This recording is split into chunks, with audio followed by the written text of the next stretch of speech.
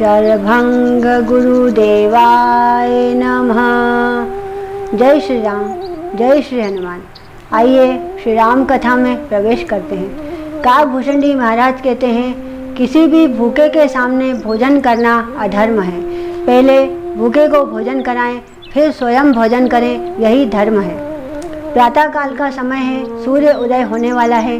कुश कहता है, लाओ मैं माता जी को कमल पुष्प देकर आता हूँ।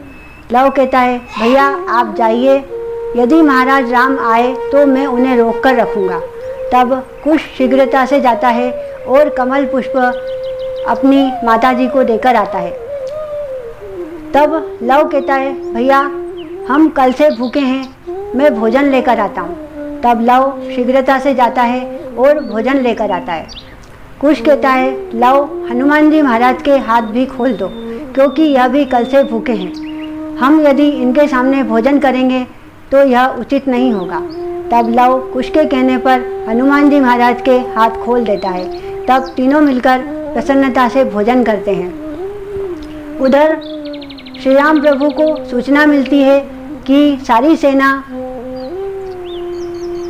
कुमार भरत जी, महाराज सुग्रीव सभी मूर्छित हो गए हैं। श्री राम प्रभु शीघ्रता से अपने रथ पर सवार होते हैं और लव कुश के सामने पहुंच जाते हैं। श्री राम प्रभु हनुमान जी को देखकर कहते हैं, अरे हनुमान, तुम इस तरह डरकर क्यों बैठे हो?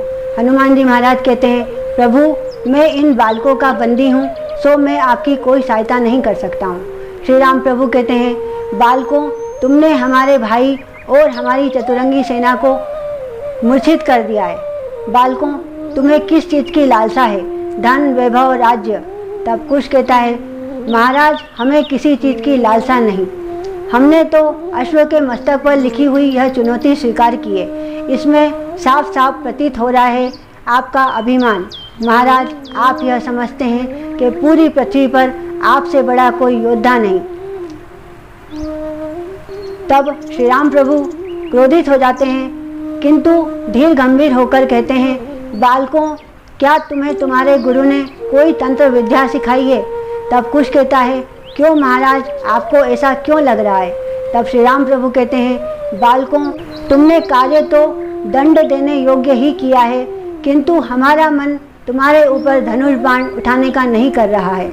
तब कुश कहता है, महाराज हमें भी ऐसा ही प्रतीत हो रहा है कि कहीं आप कोई मोहिनी मंत्र का जप तो नहीं कर रहे हैं, क्योंकि हमारा भी मन आपके ऊपर धनुष बाण उठाने का नहीं कर रहा है। किंतु महाराज यह समय भावनाओं का नहीं है।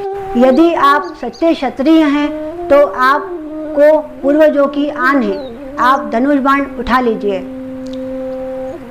तब श्री राम प्रभु को क्रोध आ जाता है और वह धनुष बाण उठा लेते हैं।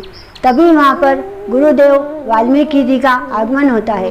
गुरुदेव कहते हैं, रुकिए महाराज, आप यह क्या कर रहे हैं? एक राजा का कर्तव्य है कि वह बालक, स्त्री और ब्राह्मण पर शस्त्र ना उठाए।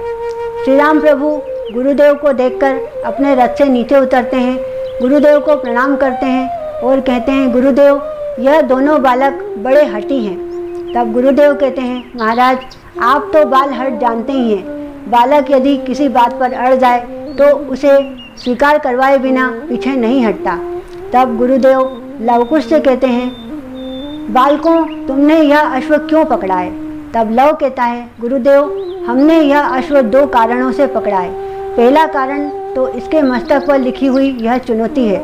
और दूसरा कारण, कुश भैया को महाराज से कुछ प्रश्न पूछना थे। तब श्री राम प्रभु कहते हैं, पूछो क्या पूछना चाहते हो।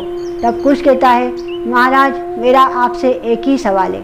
जो देवी सीता पूर्ण पवित्र हैं, जिन्हें आप भी स्वयं पवित्र मानते हैं, फिर आपने कुछ प्रजाजनों के कहने पर उनका त्याग क्यों कर दिया? उन्हें वनवास के दुख भोगने के लिए विवश क्यों कर दिया? महाराज यह कौन सा धर्म है? तब श्री राम प्रभु कहते हैं, यह राजधर्म है।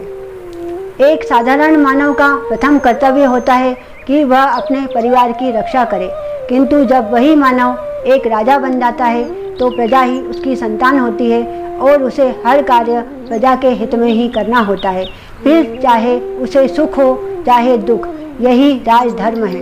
तब कुश कहता है, कहने का तात्पर्य यह है महाराज कि आपने देवी सीता का त्याग नहीं किया है, यह तो प्रजाजनों का दोष है। गुरुदेव कहते हैं, बालकों, जो दोष प्रजा का है उसका उत्तर भी प्रजा से ही लिया जाए। तुमने महाराज की अवज्ञा की है तो तुम इनसे क्षमा मांगो और इनका अश्व लौटा दो, जिससे यह अपना यज्ञ संपूर्ण कर सके।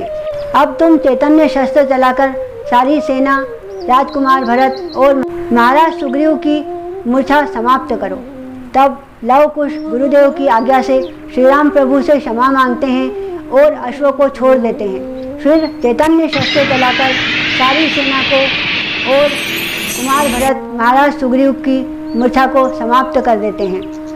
तब श्री राम प्रभु कहते हैं, बालकों, हम अति प्रसन्न हैं यह जानकर कि हमारे राज्य में इतने वीर बालक रहते हैं। बालकों, जब तुम्हारी विद्या पूर्ण हो जाए तब तुम अयोध्या अवश्य आना। हमारे अयोध्या के द्वार तुम्हारे लिए सदा खुले रहेंगे। यहाँ पर श्री राम कथा कहती है, श्री राम से बड़ा श्री राम का नाम और श्री राम ही बनाए सारे बिगड़े काम। बोलिए श्री रामचंद्र भगवान की जय, हनुमान जी महाराज की जय। जय श्री राम।